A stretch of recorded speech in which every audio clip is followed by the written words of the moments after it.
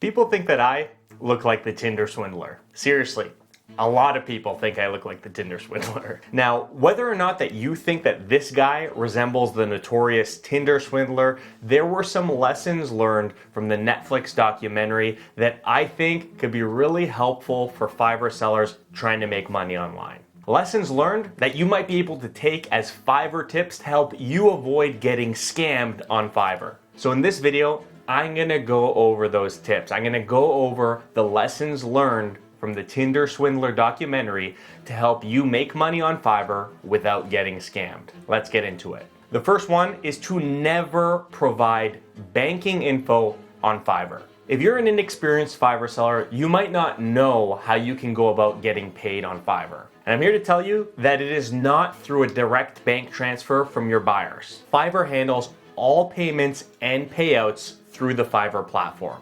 So if you find a buyer's asking you to send over your banking info in order for them to place an order with you, run. Turn the other direction, run, and I highly recommend you do not send them your banking info and you do not proceed with communicating with them.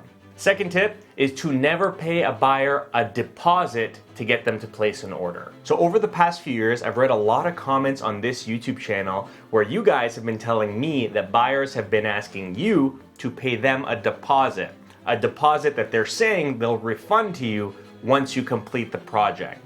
Don't fall for this, because you really have little to no recourse if they decide to run with your money. This just generally sounds like a scammy situation to me and one that I recommend you avoid. Number 3 is that if it sounds too good to be true, it probably is. And this one applies to more than just selling on Fiverr. But if something sounds too good to be true, honestly, just take a minute to think about it. Most times, you might find that things are in fact too good to be true. One example of this is if you find yourself talking to a buyer who's asking for a big discount by promising you a lot of future business down the road.